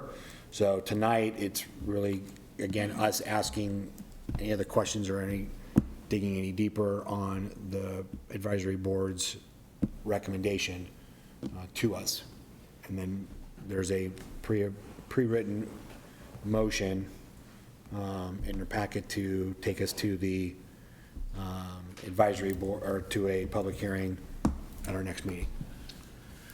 So if there's any other questions on why we're here at this point, Councilor Parker? No, we're not here to have a public hearing tonight. The public hearing is not tonight. It's really kind of like what we saw with McCain coming back for the vote. It's a question to proceed. Yeah, it is. It is a question to proceed. To me, it was an added step. Sure. Because I feel that moving at least to a public hearing aspect of it allows for that dialogue to occur versus going to straight to a up or down decision on what we should do. Because I do believe that there should be some public input on at least what process should be taken. Stay the course, us decide, or put to the voters. Well, as I said during the study session that we had, this is something we need to answer. Yes or no, up or down, because we've got a lot of other things, and we can't just keep kicking this can down the road. So I think it's appropriate to ask citizens what they think. Okay. Thank you. So right to the point of what are we doing here? It took a while for me to actually understand what was going to be happening at this meeting. And so I understand now, like, okay, this is like the pre-meeting. So, and I do agree overall, like, yeah, we can have the presentation, have a few questions, and then the big, robust public hearing in 2 weeks. That's great. It gives people time to read over the packet that Matilda's presented, et cetera. I would say that in future, hopefully we'll learn from this, though, and communicate it in advance so that we and the public know what the timeline is and what the expectation of this meeting is and what August 16th will be. Because it was quite confusing to me up until just today, practically. So I would recommend that that happens in the future. Yeah. And can I also ask, if I may, if you guys aren't going to be here on the 16th, is there something you as Parks Committee folks would like to add right now? I don't know if I'm out of line talking to them directly, but I thought I'd ask. Okay. Open the door, so. All right. Jackie or? Yes, if you're going to, come to the microphone. Jackie Jones, Secretary of the Parks and Rec Board. I just want to make sure that we definitely, as a board, have been talking about this for a very long time and lots of discussion, and we definitely were unanimous on what we decided on what would be the best course of action. Been a lot of research, discussion, talks, surveys. Speak into the mic, please. Been a lot of discussion and what do you call it? Researching other cities and what they're doing, and listening to what the citizens have been wanting, and it's been going on for a long time. So we're just glad to hopefully coming to a place where we can make a decision to move forward and keep our parks in a maintained way that we in Canby think we should. Hopefully. Thank you. Mr. Mayor. Oh, so we can go. Ryan Oliver, the head of the Parks and Recreation Advisory Committee. I plan on being there the 16th. Matilda said there's a meeting on the 2nd, so I canceled my vacation. I said, kids, we're not going anywhere. We're going, I'm just kidding. Wow, what loyalty. No. No, I do plan on being here on the 16th, but it's Fair Week, so who knows, the rodeo or something might come up. But no, so my two passions right now for Canby moving forward are, one, to quiet down the trains, and two, let's get some parks going. And so with that second piece of getting some parks going, well, obviously we got to maintain what we have, and this is kind of the stepping stone for that part. When you look at Canby and everything it's got going for it, you guys mentioned groundbreaking. You guys got your new digs here. We got the police department. We got all this fabulous stuff. We got the Dahlia project going on. And then you look kind of at, for me, if you didn't know, I have a kind of a sports background. And so if you look at the sporting end of the parks, I can tell you the last baseball field built on a public park in Canby, I think it was 1983. My guess is our population has probably changed since then. And I can tell you that all the other fields that we use are on school grounds, and basically they are, and I tell this story to everybody, they are the same fields that probably my father played on back in the 50s. I mean, backstops, the whole 9 yards. The diving board, benches, everything is exactly the same as, like, for some reason with our sports stuff, time stands still. And so my passion is to get Canby going. We have such a fabulous community, and you look around at these other communities, the Sherwoods, the Clackamasses, the Happy Valleys. I mean, I don't want to be those guys, trust me. But you look at what they have going on, their parks are doing great things. I mean, you go to those towns and tournaments and whatnot, and you're like, wow, this is awesome. And then you come to Canby, and it's like, oh, okay, cool, it's 1958. And so that's my passion, is to get that going. And obviously, to get there, we have to maintain what we have. And so this is kind of where we need to start to get that ball rolling. When we have the SDC money and we have, new money coming in to build stuff, but it really, it's got to sit there until we can figure out how to take care of the old stuff and bring that back to life again. So again, that's kind of where I'm at, and hopefully I'll talk more about that on the 16th if I need to, and then I'll talk more about trying to quiet some trains too if that comes up. Thank you. Thanks, Ryan. Appreciate it. Thank you. Sarah. Yeah, I just wanted to thank you, Matilda, and the Parks Committee. I know that you guys have spent years at this point working on this and a lot of hours and time, and I really appreciate that. I think it's an important conversation for our community, and so I appreciate the time you've put in and the effort and the lively debate that I'm sure happened. To me, we unanimously agreed on certain values at the beginning of the year, and one of them was to have open communication and open dialogue with our citizens. And I think that moving towards a public hearing is a great example of us embodying the values that we said we all agreed on, so that we can have discourse with our community about what parks looks like moving forward. So I don't see any reason to do anything but move toward a public hearing, but I just wanted to mostly thank you for all the effort and time and surveys and energy and that's gotten us this far, because I know it has not been a short process. So thank you. Counselor, did you have something?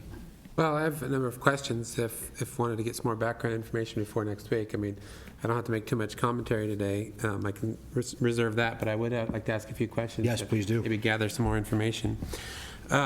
So one of the things that strikes me as interesting, and maybe you could provide some more information, because we currently lack the funding, according to the Public Works Department, to adequately maintain the level that they deem needs to be maintained, and yet we're going to raise funds to do the maintenance that's being deferred right now, but then we're planning to build more parks that I'm afraid we won't be able to maintain far into the future without increasing this $5 fee. So what was the conversation about? Okay, is this really about taking care of the deferred maintenance? It doesn't seem to me that it is. It's about building some new parks, a little sport court there on 11th, and and theoretically something over on 13th, and then we're going to have to maintain those. Well, yes. So to answer your question, the discussion is a near-term and long-term. We had both solutions recommendations. The question about what the money will go for is that we currently, according to our parks folks who maintain, and they've been tracking their maintenance hours, they have been maintaining the parks at a level that they have not been able to keep up on the maintenance. So they've been, for the past 3 years, been deferring maintenance all along, and it's kind of getting a backlog of things they are not able to do with the current level for our existing parks. Before we had, they had more people to address the parks before we had constraints in our general fund that didn't allow us to keep up with the number of employees that they used to have in parks. we had developed our SDC and park acquisition plan through a very robust public process. And we had a process whereby when there's a subdivision that comes into town, we would require a certain dedication of land to provide parks for the new growth. That was always a plan to try to keep up so that we kept a quality of life in our community that met us, the standards that we developed in our park master plan and park acquisition plan. So we got that set up, and we developed a dedication ordinance and an SDC ordinance to help build park improvements.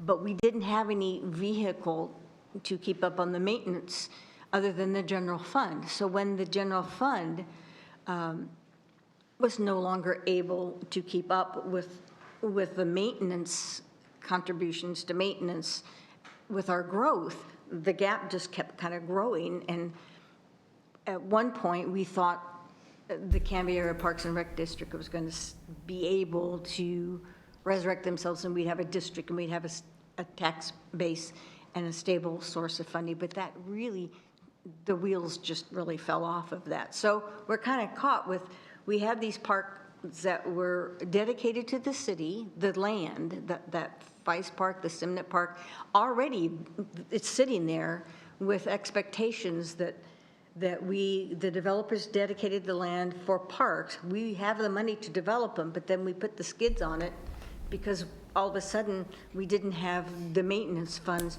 to take care of the ones that we already planned and already received the land to do it. So the land has been sitting there, and we have not been able to develop that. And it was expectations that they would be developed as part of that dedication from the developer. So it's to take care of the maintenance level. By the way, if you talk to our parks people, they think it's not to the level they would like to maintain it.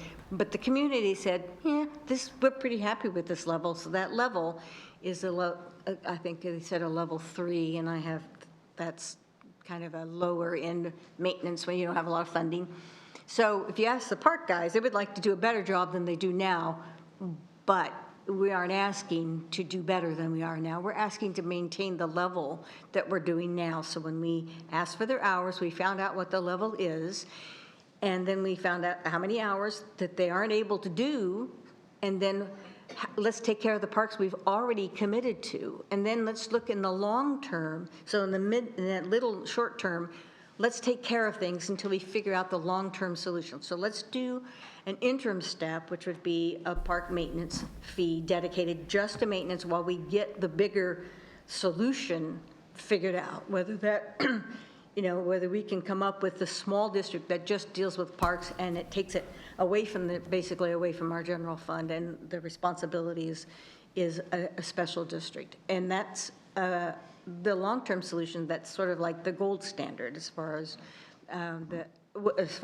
we believe, and what other communities seems to be how it works in the real world. The districts do really well. So we're not trying to we're going to need to increase funds. We see this as an interim step, and we need a final solution to park maintenance in the future in order for us to keep our quality of life. If we build parks and we keep building at the rate we're building now, and we don't provide any more parks, we will not maintain the community feel that our community keeps saying that they like. The small town feel, and provide the quality of life that people value in Canby. We're trying to do that, but the way you do that is we got one leg of the stool, actually 2 legs. We got finances and we got land. What we don't have is taking care of that, because we anticipated we were going to have a bigger entity able to do that. And then when the general fund reduced funds, we just, all of a sudden, we had parks that we already had approved, and we had no way to maintain them.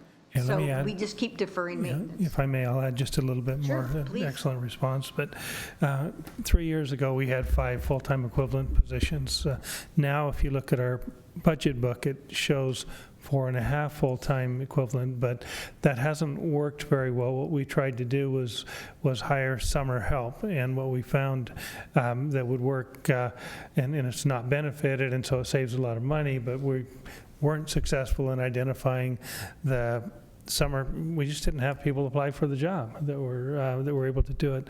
So that hasn't worked very well. But in the larger scheme of things, we anticipate that with the inclusion of the revenue generated from the $5 fee with the existing city's general fund contribution, we would be able to not only maintain the existing parks at a higher level, but we'd be able to bring into the park system the unimproved park lands that are currently in our inventory.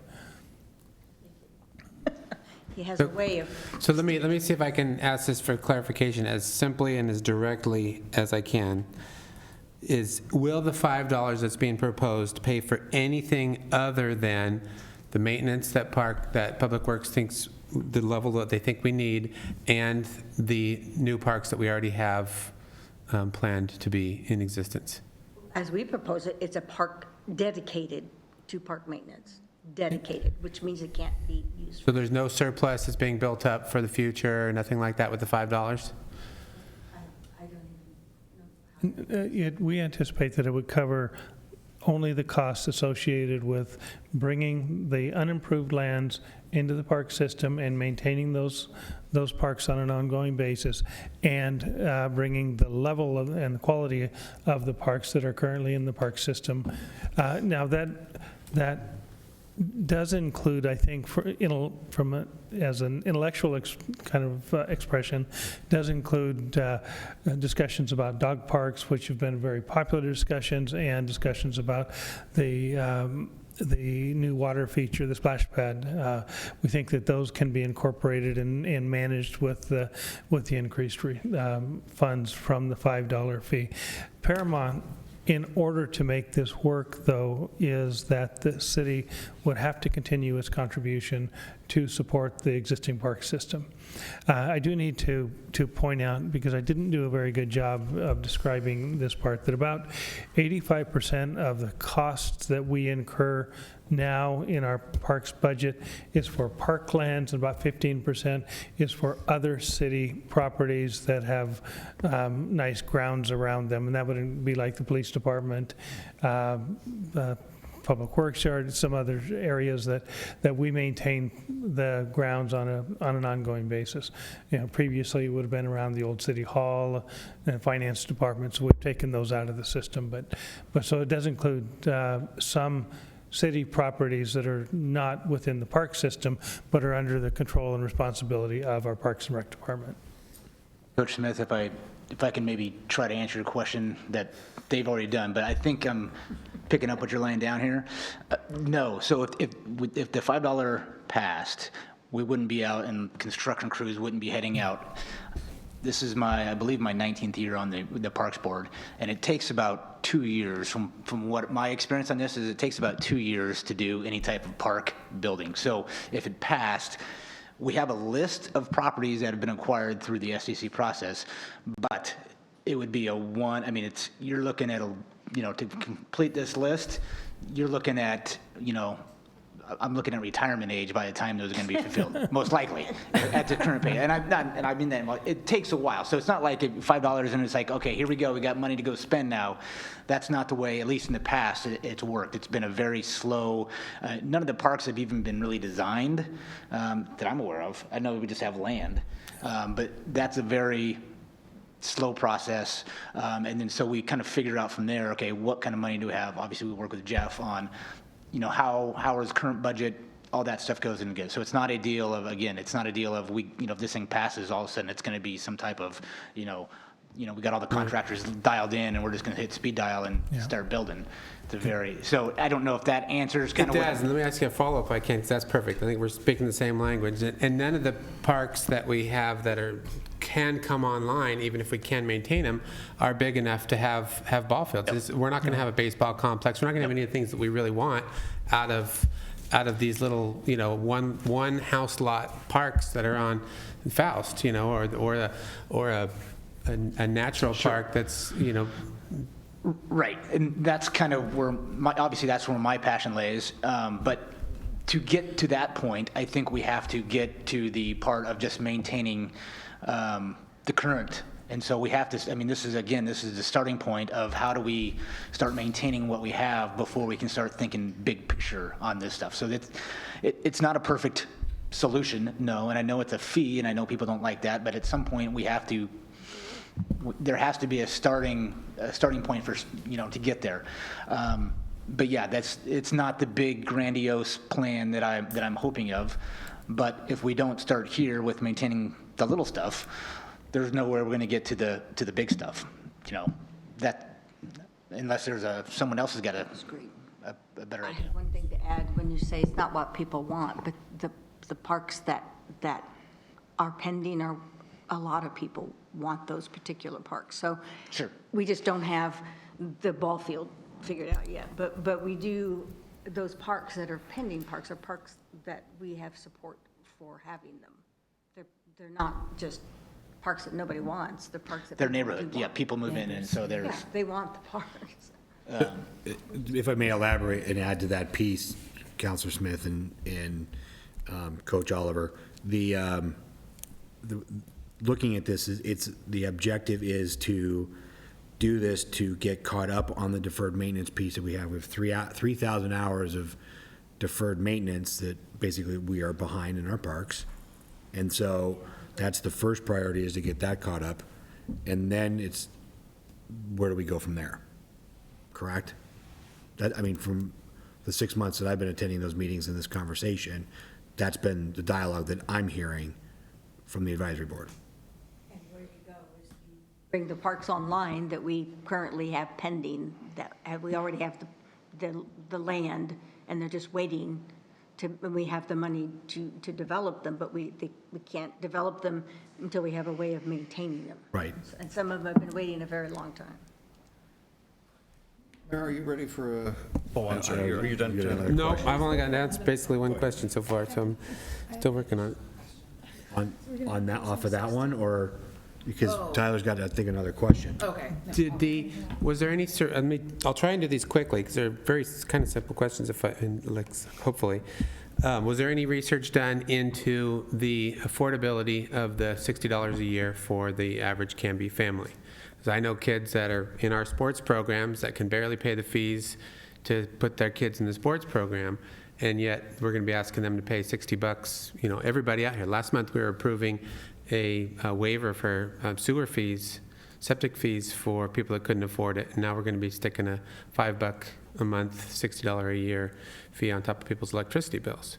So was there any study done into that, and can you give that to us? We didn't know. There was no study done to that. What we did was we just asked the community in our surveys, do they support fees and how much they would support? Okay. So that's what we asked. My other one was, you had mentioned in your statements that people... And we can build a waiver or reduced fees. Some places do that into a future. That is not a problem to build that into a methodology for an ordinance for the maintenance fee if that is something that becomes an issue. People can always, every ordinance I've seen has had a provision to deal with people that had some sort of financial burden that they couldn't afford. Okay. And then you had mentioned that you had research that tourists were coming into Canby to visit our parks. I could see that maybe the community park. Am I missing something else with some other park that No, tourists would be coming to see? My statement was that, in general, parks, well-maintained parks, and parks with amenities attract tourists, like Waite Park. The activities, more people show up for those activities than just are from Canby. They come all over the place and spend money here. That's a perfect example of how parks can bring things into community. The number one activity in the Clackamas County and in Oregon statewide is just walking trails, enjoying nature. That's the number one activity.